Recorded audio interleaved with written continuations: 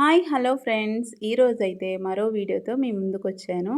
అదేనండి, multi millet idli అనమాట. దీనికోసం అయితే నేను స్టోర్ నుంచి ఈ ఇడ్లీ రవ్వనైతే తెచ్చుకున్నాను. ఎవరికైనా అవైలబిలిటీగా ఉంటే తెచ్చుకోండి. ఇవి తింటే చాలా మంచిది ఫ్రెండ్స్. దీనికోసం అయితే నేను 1 కప్పు అయితే మినపప్పు తీసుకున్నాను. మీరు మిరపగుళ్ళు అయినా తీసుకోవచ్చు. నేనెందుకో కానీ మినపప్పుకే ఇష్టపడతాను. దీన్ని తీసుకొని దాంట్లో వాటర్ పోసేసి సోక్ చేసుకోవాలి. ఇందాక చూపించాను కదా మల్టీ మిల్లెట్ ఇడ్లీ రవ్వ, దాన్ని నేను 2.5 కప్పులు అయితే తీసుకొని దీన్ని కూడా వాటర్ పోసుకొని నేను నానబెట్టుకున్నాను ఫ్రెండ్స్.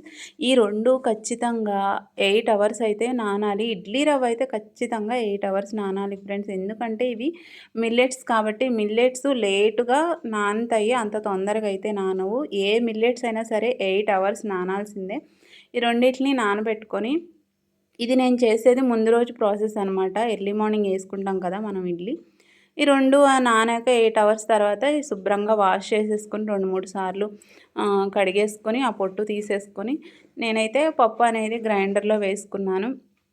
ఈ కన్సిస్టెన్సీ అయితే ఉండాలి, కొంచెం గట్టిగానే ఉండాలి. ఎందుకంటే నార్మల్ ఇడ్లీలాగా వేసుకుంటే అవి వాటర్ అబ్జర్బ్ చేసుకోవు, మనం తినేటప్పుడు కూడా అంత బాగోదు. అందుకనే మీరు కొంచెం కన్సిస్టెన్సీ అనేది గట్టిగానే వేసుకోవాలి. తర్వాత పిండి అనేది వాటర్ లేకుండా పిండేసి అందులో వేసుకొని ఇడ్లీ పిండిలో మినప్పిండిలో తగినంత సాల్ట్ వేసేసుకొని మొత్తం కలిపేసి మొత్తం కలిసేలా బాగా కలుపుకోవాలి. కలుపుకున్న తర్వాత దీన్ని ఓవర్ నైట్ అయితే సోక్ చేసుకోవాలి, ఫెర్మెంట్ అయ్యేలా చేసుకోవాలి.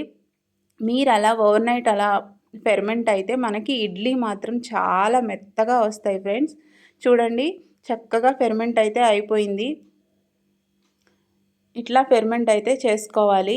ఏ ఇడ్లీ చేసినా కూడా ఖచ్చితంగా ఫెర్మెంట్ అయితేనే ఇడ్లీ అనేది మనకి స్పాంజ్లా మెత్తగా వస్తాయన్నమాట. ఇట్లా తీసుకున్న దాన్ని మనం ఇడ్లీ రేకులలో వేసేసుకొని చక్కగా ఆవిరికి ఉడికించుకొని చేసుకోవాలి. ఈ ఇడ్లీ అయితే పిల్లలు ఫస్ట్ టైం ఒకసారి వేశాను, అది నేను పోస్ట్ కూడా చేశాను షార్ట్ రూపంలో, కానీ చాలా ఇష్టంగా తిన్నారు. నేను మళ్ళీ అందుకనే ఎప్పుడు రొటీన్గా చేస్తూనే ఉంటాను. ఈసారి ప్రాసెస్ అంతా చెప్దామని నేను వీడియో తీశాను అనమాట.